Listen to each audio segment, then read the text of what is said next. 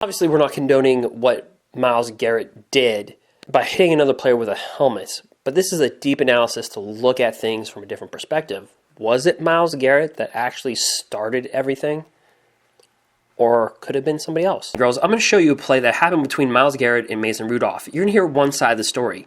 So Myles Garrett, for the Cleveland Browns, was suspended for the entire season indefinitely. And then you're going to see a fight ensue. You're going to see a helmet, and you're going to see punches thrown by number 53, that is Pouncey, for the offensive lineman of the Steelers. But what you're not going to see, and you'll see this fight all in detail, but the story they're not going to tell you is actually what really happened with Mason Rudolph, the backup quarterback for the Pittsburgh Steelers. I mean, look, his helmet gets taken off, and he's still wanting to fight Myles Garrett with his helmet off, still provocating the fight. I don't know about you, but if my helmet came off, I probably would not be provocating a fight. Here, Mason Rudolph, he has to have teammates actually pull him away from Myles Garrett. But what you're about to see is a detailed analysis of actually what happened. Myles Garrett, Mason Rudolph, the Cleveland Browns reloaded.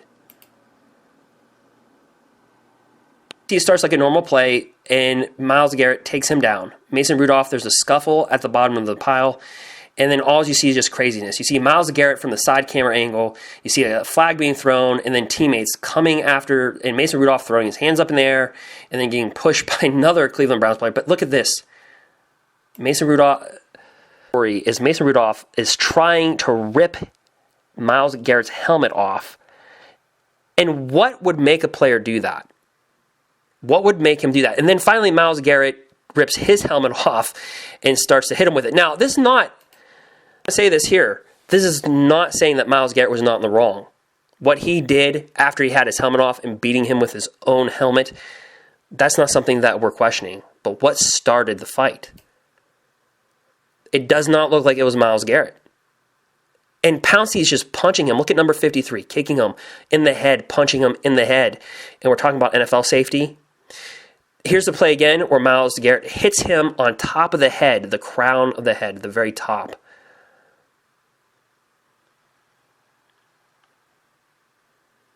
So as you can see, when Myles Garrett is down on top of Rudolph, you can easily see that it's Myles Garrett's helmet that was getting ripped off. Mason Rudolph. You can clearly tell when they're down there.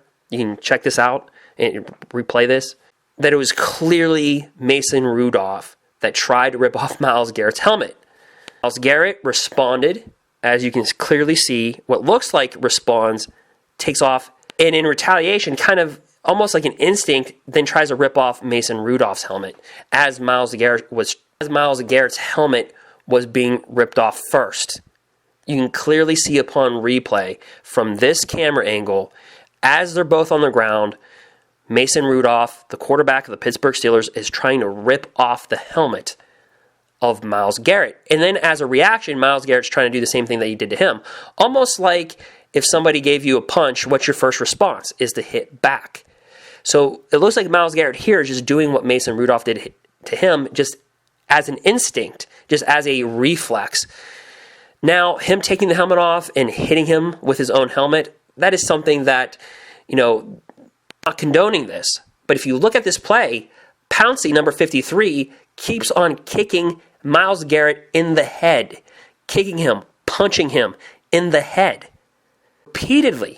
Repeatedly, not once, not twice, multiple times. Break down the tape. What Myles Garrett did was absolutely wrong. He could have annihilated Mason Rudolph. Mason Rudolph not to blame?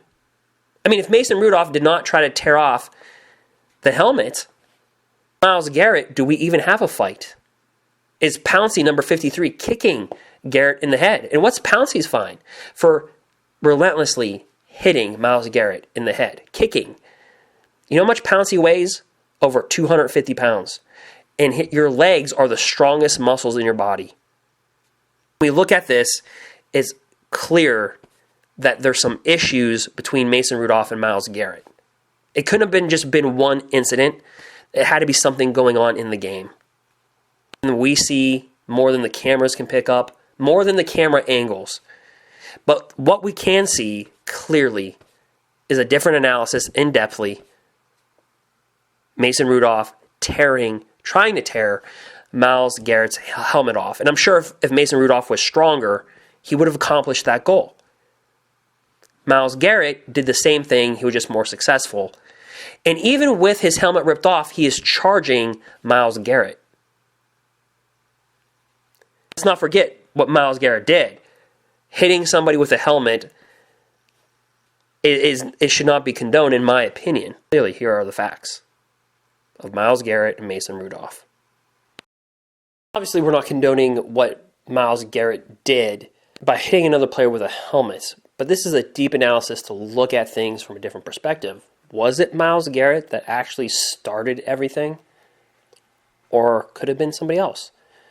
See, what happens is when you hit somebody on top of the head, the spine can be compressed. And the nerves that are in the cervical part of the spine can go to your hand.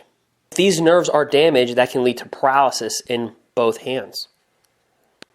In short, leaving no feeling in the hands, less motor function in the hands. Then we have Pouncey kicking Myles Garrett in the head, outlined by number 53.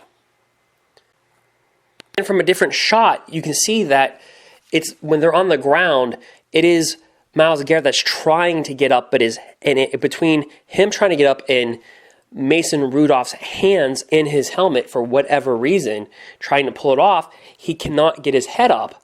And then that's where you see the ensuing response by Myles Garrett.